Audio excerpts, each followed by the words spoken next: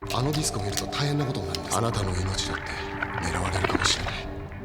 ディスコはもうありません。あの騒ぎの後どっかになくしてしまったんです。お前は俺の女房を殺したんだ。また殺さない。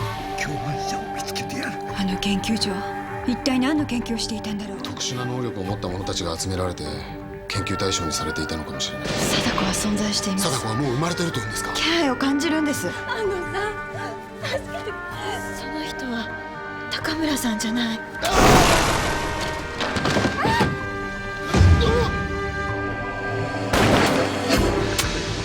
当たった。互いの共犯者をやったぞ。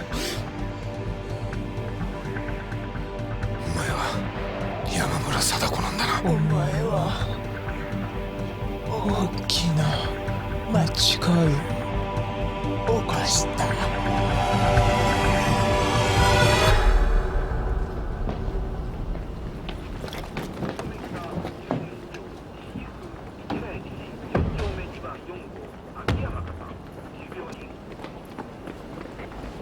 また手がかりがなくなってしまいましたね。でもお前も見たろ。あれは絶対高村さんじゃない。山村貞子だよ。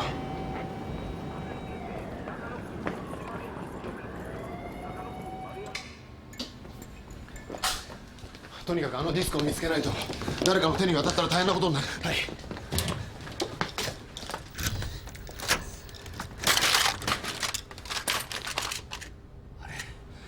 おかしいな。確かに高村さんここに入れてたはずなんです。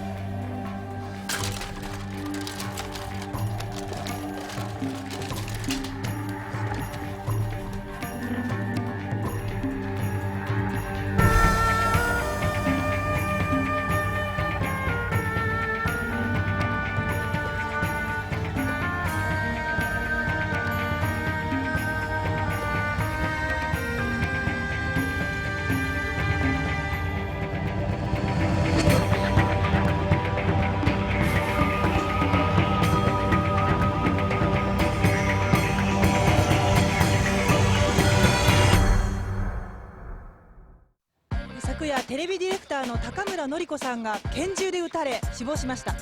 撃ったのは物理学者笠原勉容疑者42歳です。笠原容疑者は以前高村さんが担当するテレビ番組の中でノストラダムス研究家の河合徹さんから妻の明子さんが死亡するだろうと予言されました。その予言通り明子さんが7月6日熱海の旅館の火災で死亡したことから笠原容疑者は高村さんと河合さんが仕組んで明子さんを殺害したと思い込み今回の犯行に及んだものと思われます。超常現象否定論者の笠原さんは図らずも敗北を認めた形になりました。それにしても笠原さんは卑劣な人間です。論理で勝てないと見りゃ暴力に訴えてきたんですから絶対に許されるべき行為じゃありません。もしもし。理性あるはずの物理学者がなぜこのような犯行に走ったのか警察では僕にですか。わざわざ来ていただいてすみません。笠原がどうしてもあなたと話したいことがあると言ってるんですよ。どうぞ。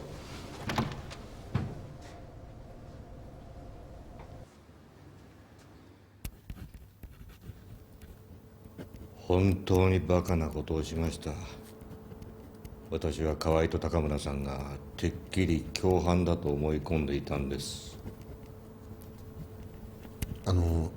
私に話したいことって。分かったんですよ。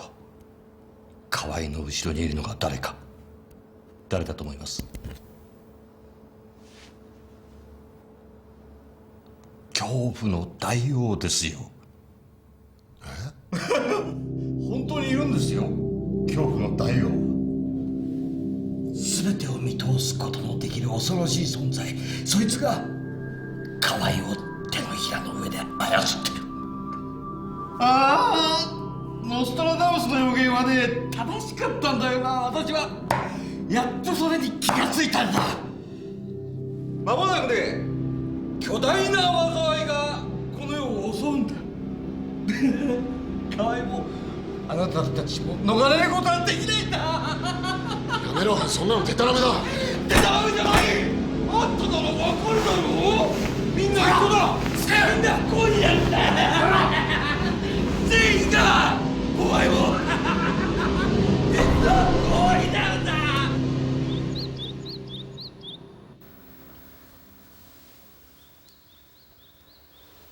みんな一緒だ。みんなこうになるんだよ。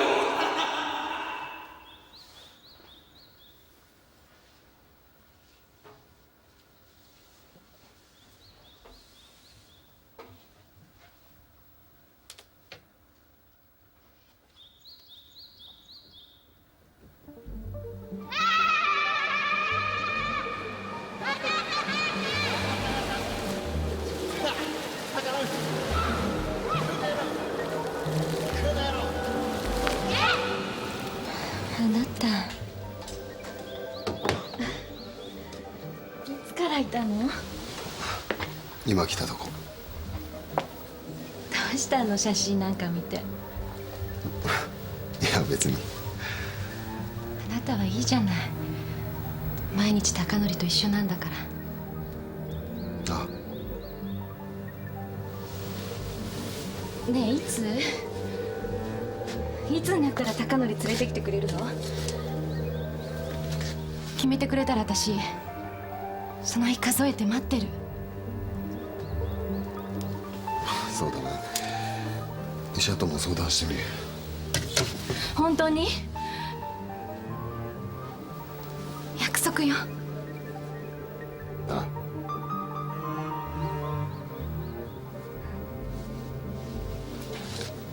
早く会いたい、貴則。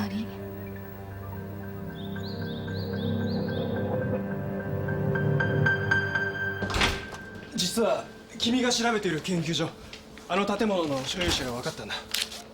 どこだと思う？科学技術省。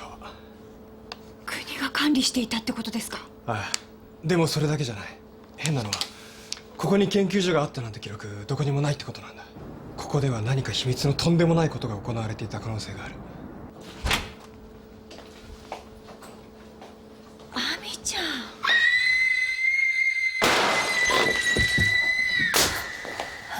研究所のこと気になってもう一回来てもらったんだ。でも相変わらず何も思い出してくれない。催眠面接もやったけどダメだった。まるで誰かがこの子の心に働きかけて思い出すのを妨害してるみたいなんだ。亜美ちゃん、うまいのね。さっき向こうの部屋で描いたんだよね。亜美ちゃん、ずっとこの絵向こうの部屋で？ええ。本田先生、これ見てください。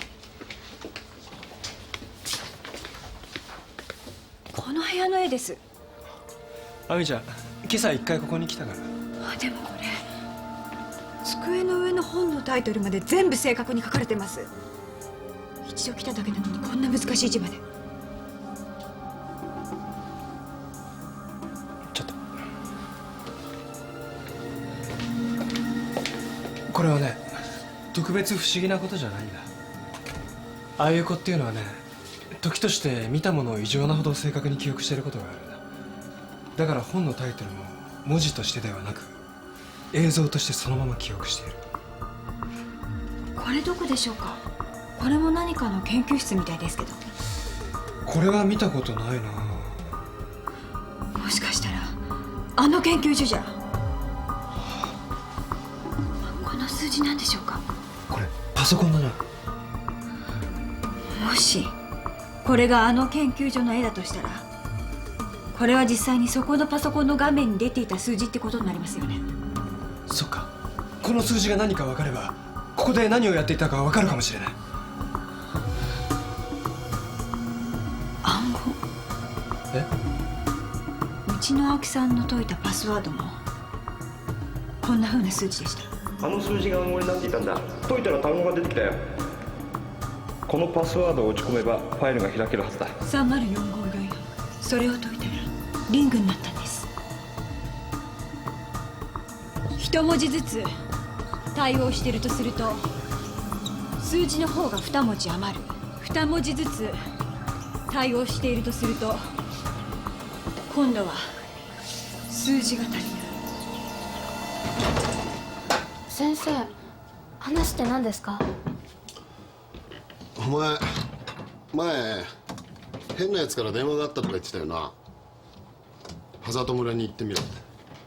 あ、はい。でもそれは先生がいたずらだって。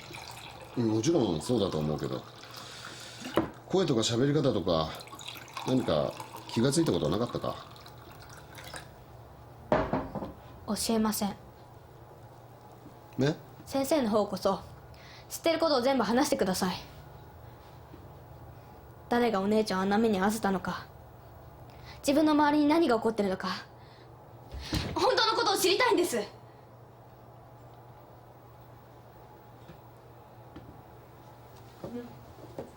分かったよ。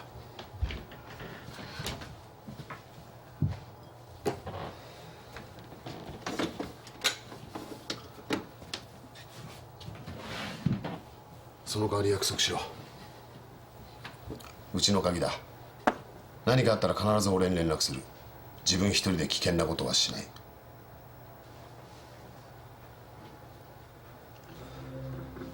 お前前に呪いのビデオのことを俺に話してくれたことあったよな。見ると13日後に死ぬっていう。はい。調べてみたらその事件は本当にあったんだ。山村貞子っていう23年前に死んだ超能力者が連写によってそのビデオを作ったらしい。もしかしたらお前が最後に見た美咲はその超能力者山村貞子の生まれ変わりかもしれない。あなた誰なの？一体誰なの？これで終わると思うな。信じられないかもしれないが、じゃあ私に電話してきた人は、その人はその貞子っていう人と何か関係があるんですか？俺にもまだわからない。でもその人確かに私のこと何もかも知ってました。普通の人とは違ってた。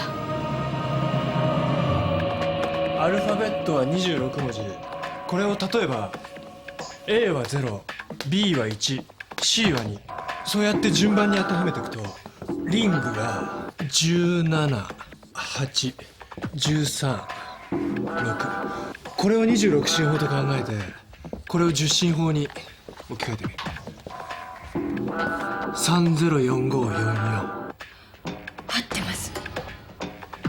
これも同じ方法で作られてるとしたら、今と逆の計算をやれば解ける。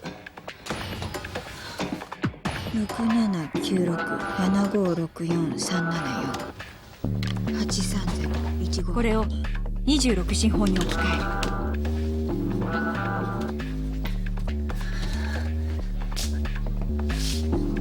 そして余りの数字をアルファベットに。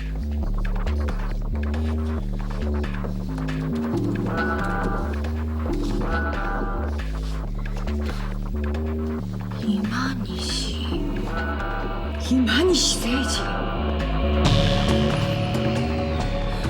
これあの研究所にいた人たちの名簿じゃ。じゃあ別の数字も。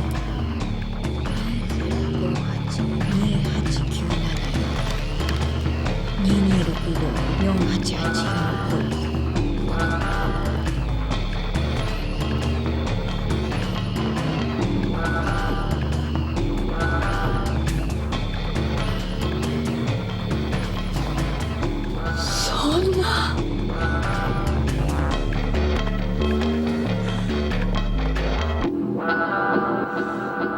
大島にある山村貞子の墓から遺骨が盗まれたんです。誰かが封印を解いた。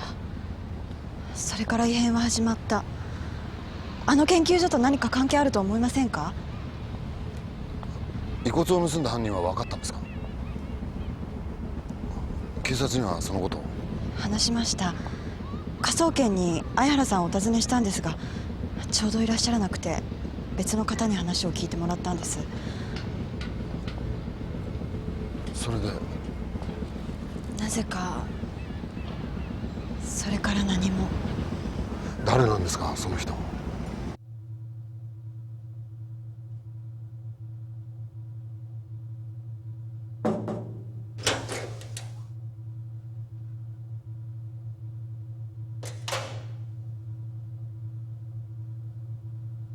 あなただったんですね。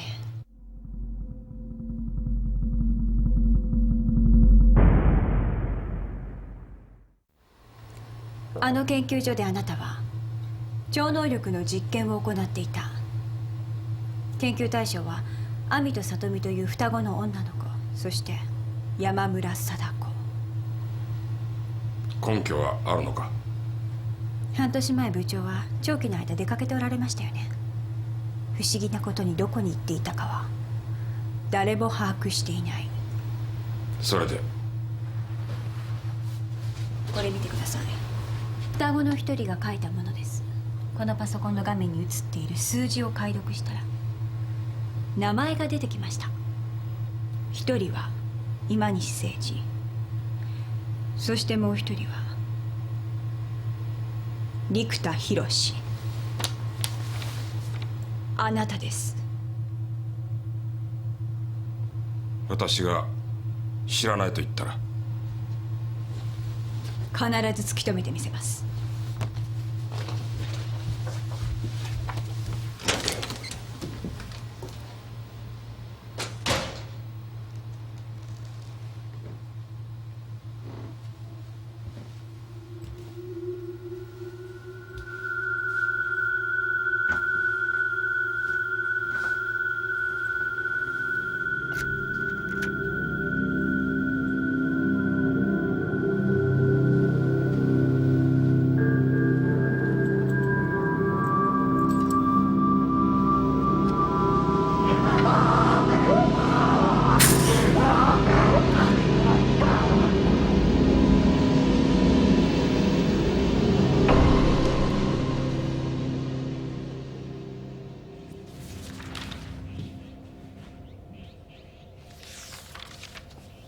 山村静子、貞子のお母さん。昭和32年三原山の大噴火を予知。貞子。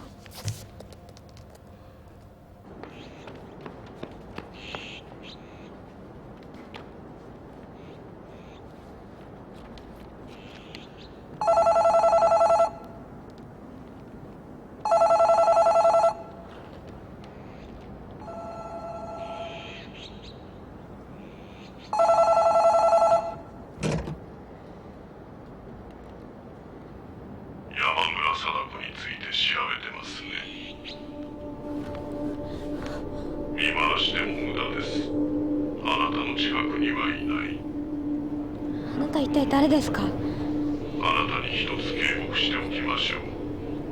これ以上首を突っ込むのはやめた方がいい。どういうことですか？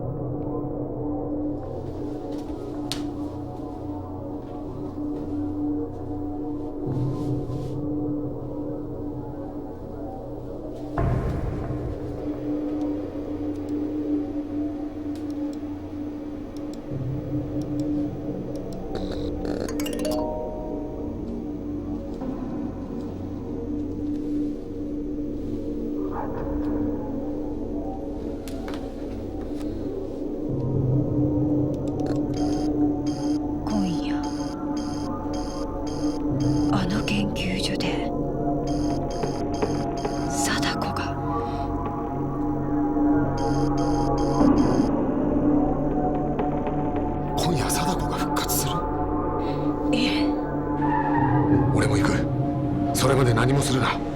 いいな。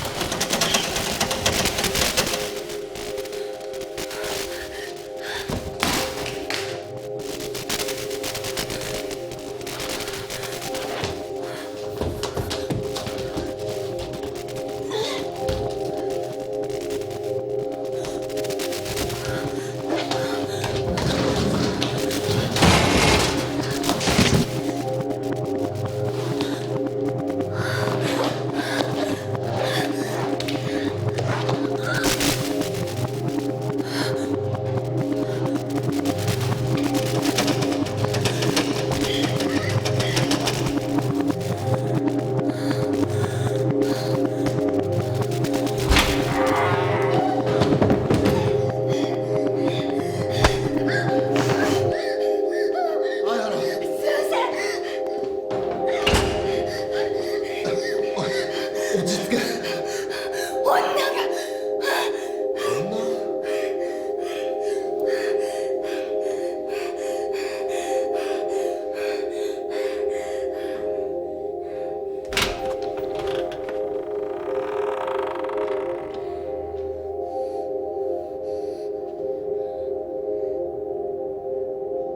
陸田部長。ずっと待っていたよ。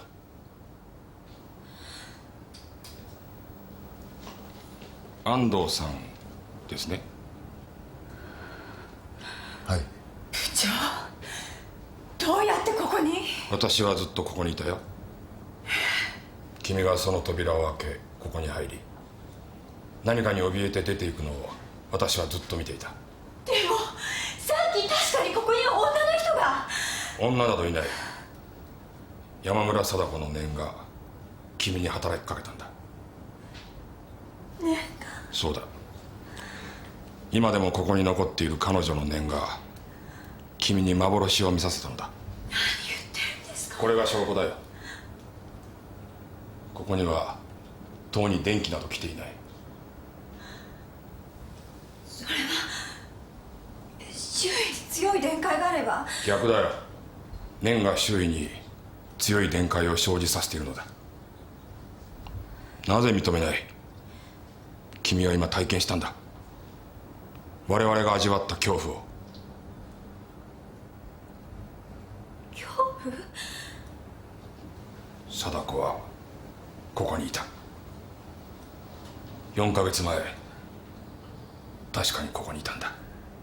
でも彼女は23年前に死んだはずじゃ。今でもいるよ。このディスクの中にね。それはテレビ局から私が押収しました。どういうことですか？その中に貞子がいるって。大島から山村貞子の遺骨を盗んだのはあなたですね。ここであなたたちは何をしてたんですか？知ればあなたは引き返せなくなる。それでもいいんですか？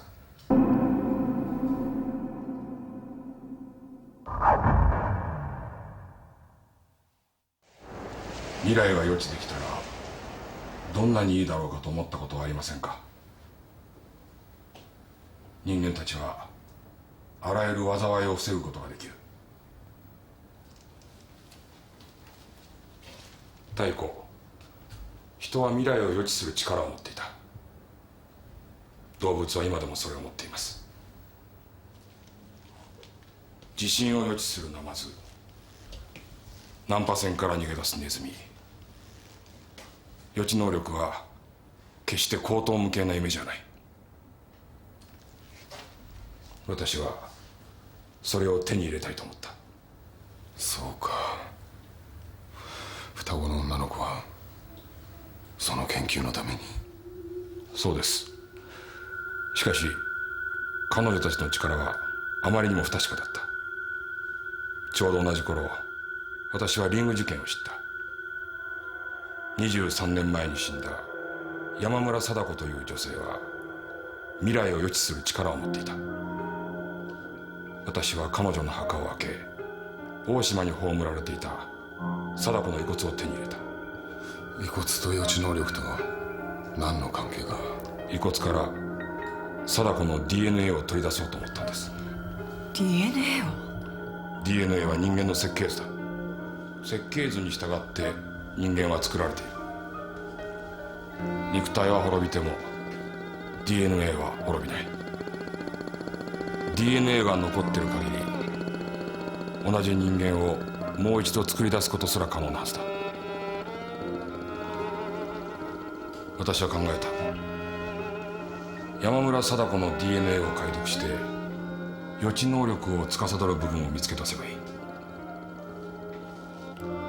私は信頼できる研究者たちを集めた。陸田さん、ちょっその中に DNA 解読の第一人者である今西もいた。今西は貞子の DNA の塩基配列を全てコンピューターの中に読み込んでいった。やがてコンピューターのデータベースの中には山村貞子という人間の設計図が全て取り込まれた。そしてその日から私たちは奇妙な現象に取りつかれた。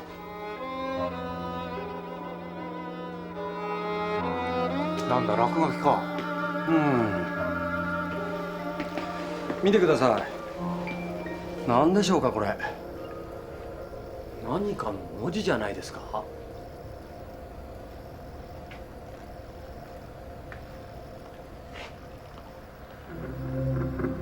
さだ。私は気づいた。これは落書きなんかではなく念写だと。コンピューターの中の貞子がそれをやったのだと。コンピューターの中の貞子。奇妙な現象はその後も続きました。周辺に住む子供たちが貞子の念を受け同じ夢を見た。私はそこで研究をやめるべきだった。だがそうはしなかった。本当の恐怖を我々はまだ知らなかった。貞子の力はますます強くなっていき、双子の一人が死んだ。それも貞子が。そしてついには研究員の心をも惑わせ始めた。貞子は一人の人間として当然の欲望を抱いたのだ。肉体を持ってこの世に生まれ出たいという欲望を。菊田さん、これ何でしょうか。誰かが勝手に培養しているようなんです。見てください、細胞です。すごい速さで増殖しています。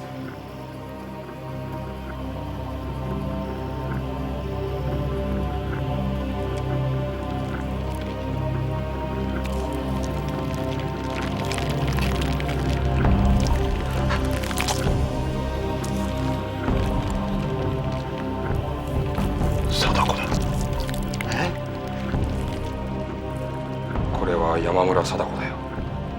この世に生まれ出ようとしてるんだ。一体誰がこんなことを。今すぐ焼却しろ。はい。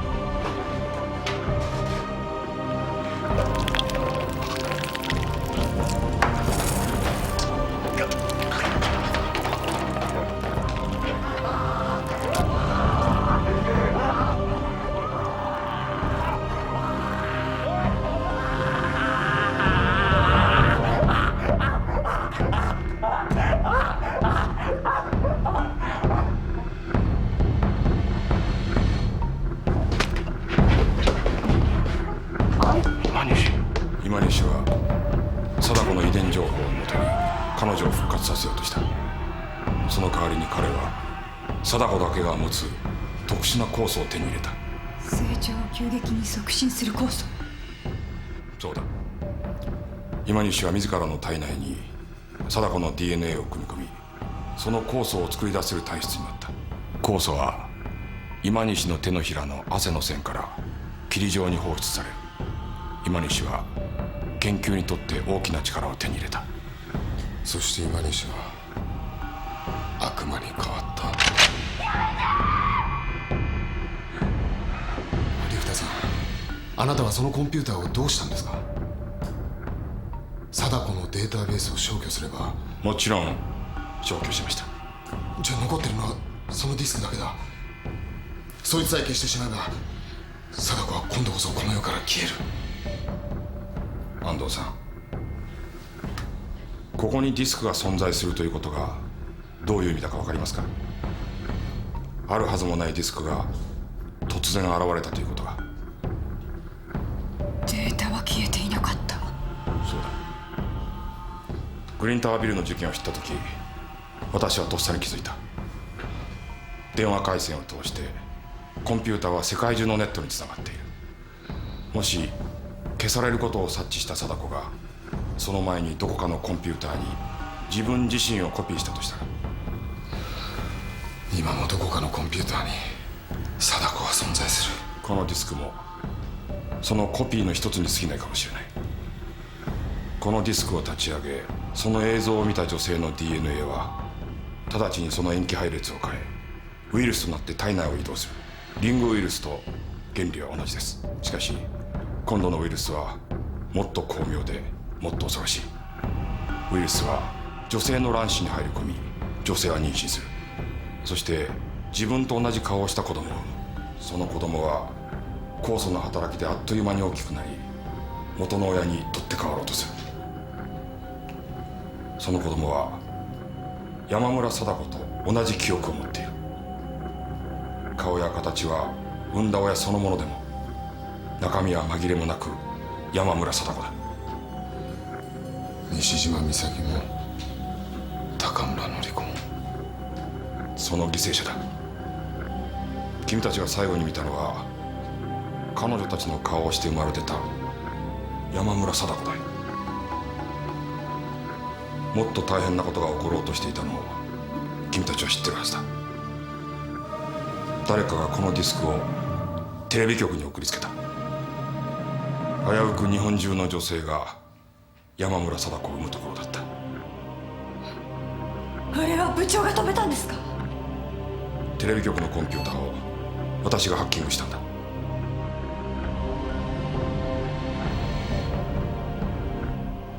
これで全部だ。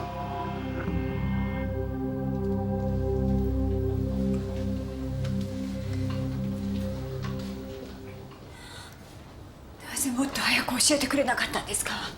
なぜ今になって。話していたら信じていたか？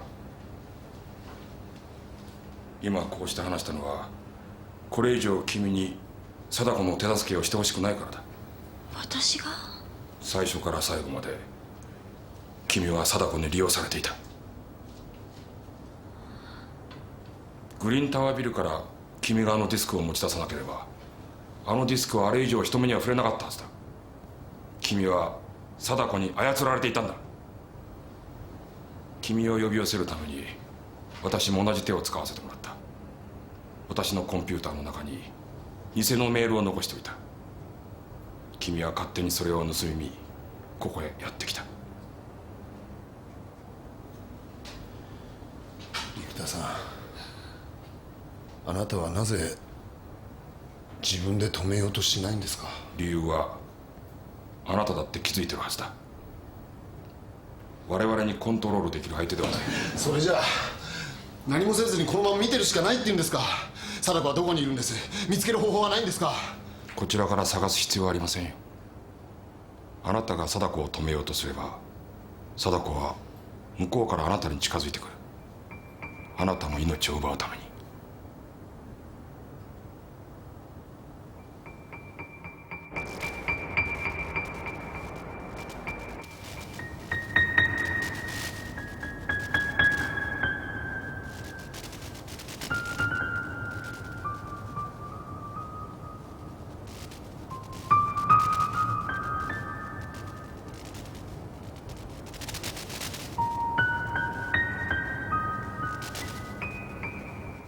確かに陸田さんの言う通りです。貞子を止めようとすればもっと犠牲者が増えるだけです。でもどうすれば？私なら近づいてくる貞子を感じ取れる。私なら貞子の復活を止められるかもしれない。待ってください。あなた一人で？安藤さんたちがこれ以上関わるのは危険すぎます。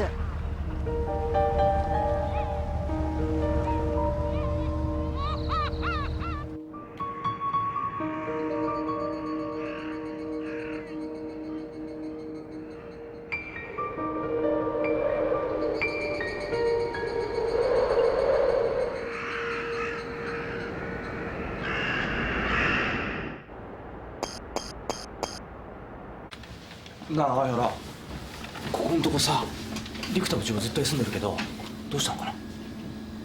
さあ浅野君、余計なことは気にしなくていいからこの鑑定やってくれる？はい。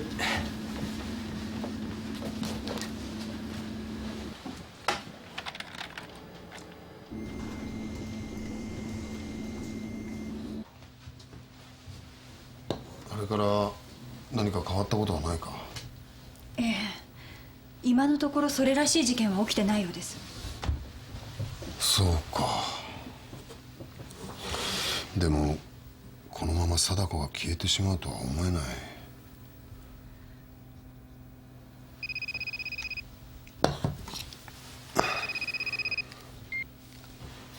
はい、もしもし。西島か。どうした？先生に見せたいものがあるんです。見せたいもの？分かった。じゃあ先生の家で待ってろ。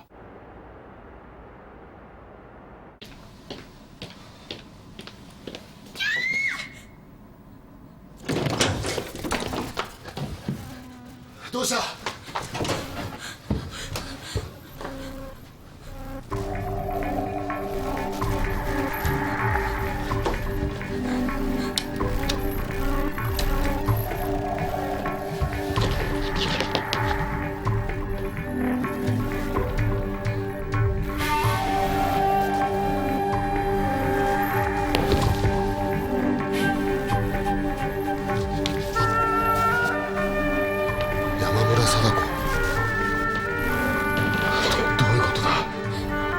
調べたんです。その人が本当にお姉ちゃんを殺したなら私許せない。貞子は向こうからあなたに近づいてくる。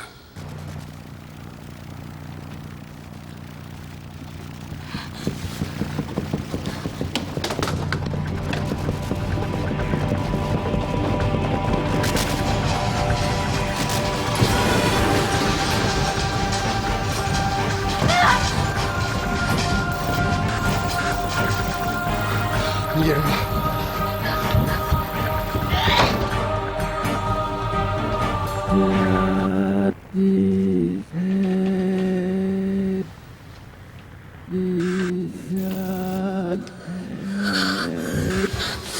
やめろ。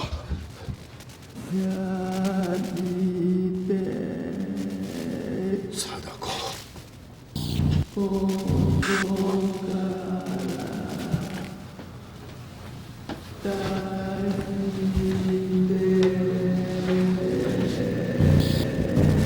狙うなら俺を狙え。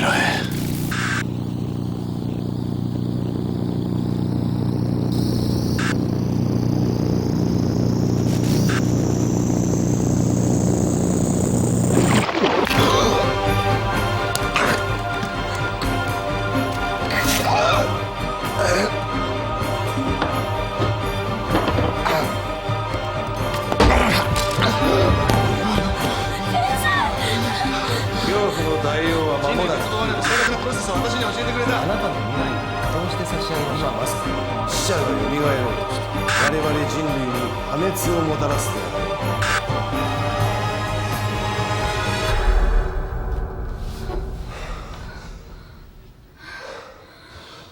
う。大丈夫か？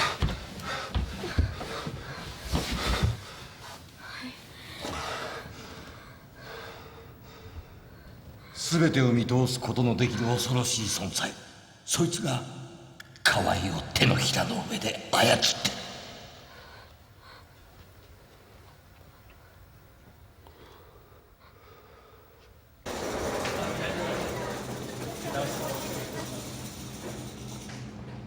お話ししたいことがあるんです。すいません、取材でしたら。あなたは山村貞子という女性をご存知じゃないですか。あなたに未来を教えてるのはもしかしたら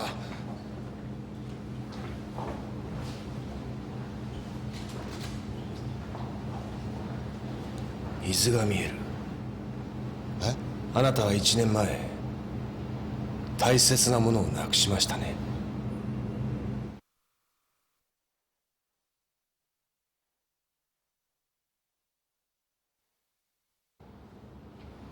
どうして？なくしたものは帰ってきます。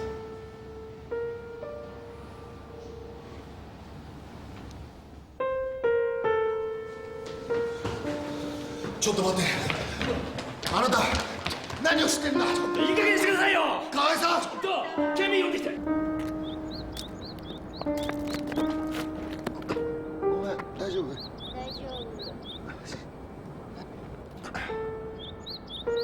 なくしたものは帰ってきます。す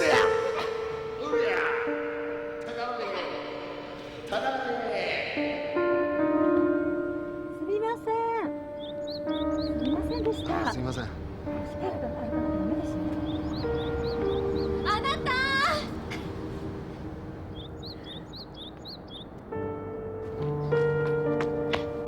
ありがとう、約束守ってくれて。高典来てるわよ。高典って？もう高典よ、高典。あの子が来てくれたの。そうか。分かった。やめよう。よかったですね、安藤さん。息子さん来てくれて。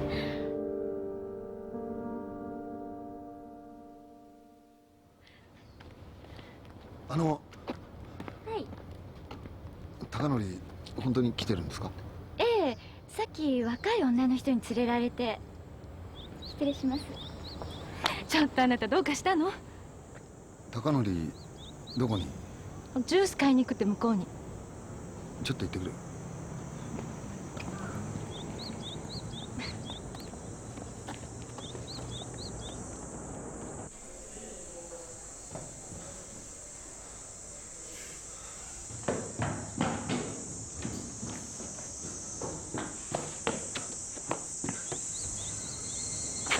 ごめん。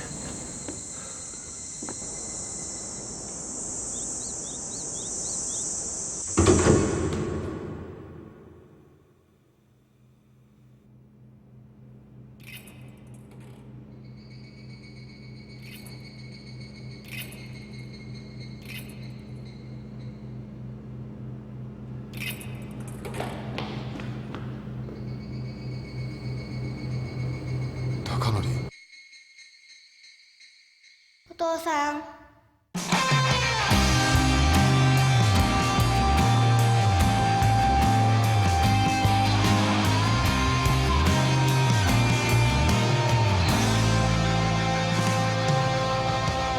ただずっと答えを探したり、形なき自由を手にしたり、混沌の世代に僕らは生まれたんだし、慌ただしく年を取っていたり、若き日を空手に美化したり、人並みな未来がうざったくてうなだれる灰色の太陽、静寂と悲しみ、針のまま偉大のさ不器用でもしょうがないでしょ。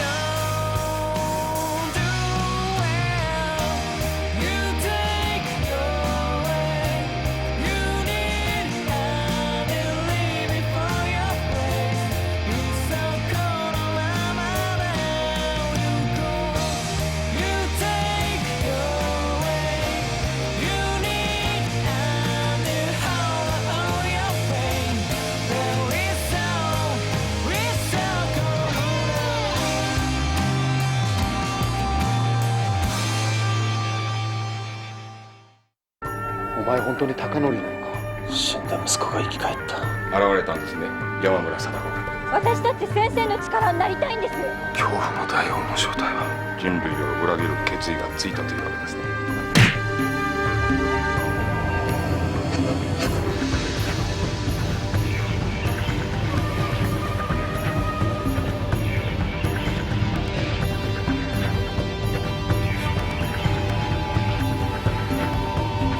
人類はその時終わる。